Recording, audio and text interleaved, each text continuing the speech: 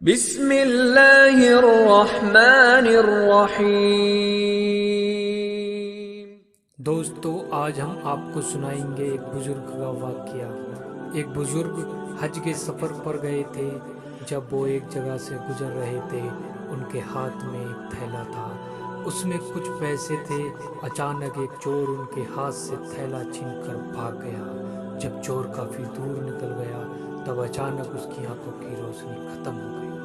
آنکھوں کی روشنی جاتے دیکھ اس چور نے زور زور سے رونا شروع کر دیا، چلانا شروع کر دیا۔ جب لوگوں نے چور سے پوچھا، بھائی کیا ہوا، تو وہ کہنے لگا، میں نے ایک آدمی کا تھیلا چھینا ہے، وہ کوئی بڑا اللہ کا قریبی بندہ لگتا ہے، میری آنکھوں کی روشنی چلی گئی، خدا کے لیے مجھے اس کے پاس پہنچا دو تاکہ میں اس سے معافی مانگ سکوں۔ جب لوگوں نے پوچھا کہ یہ قصہ کہاں پیش آیا، تو کہنے لگا، فلاں نائی کی دکان کے قریب پیش آیا۔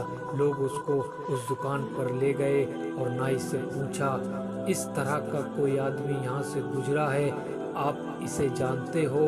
انہوں نے کہا، مجھے اس کا گھر تو پتہ نہیں ہے، ہاں مگر نماز کے لیے وہ آتے جاتے رہتے ہیں، اگلی نماز کے لیے پھر آئیں گے۔ یہ لوگ انتظار میں بیٹھ گئے۔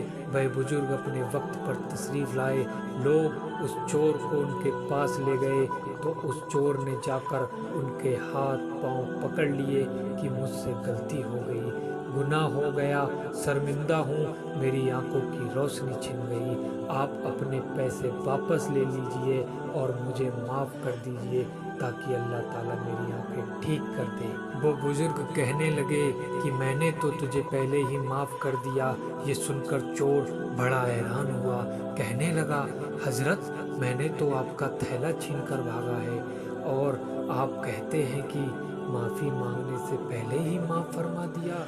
وہ فرمانے لگے، ہاں میرے دل میں کوئی بات آ گئی تھی۔ فرمانے لگے، میں نے ایک حدیث پڑھی جس میں نبی اکرم صلی اللہ تعالیٰ علیہ وسلم نے فرمایا کہ قیامت کے دن جب میری امت کا حساب پیش کیا جائے گا تو میں اس وقت تک میزان کے قریب رہوں گا جب تک میرے آخری امتی کا فیصلہ نہیں ہو جاتا۔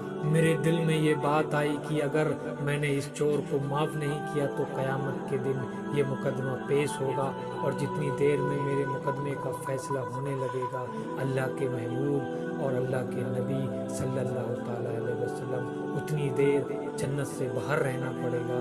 اس لیے میں نے معاف کر دیا کہ نہ تو مقدمہ پیش ہوگا، نہ ہی میرے محبوب کو جنت میں جانے میں دیری لگے گی، وہ جلد جنت میں تشریف لے جائیں گے۔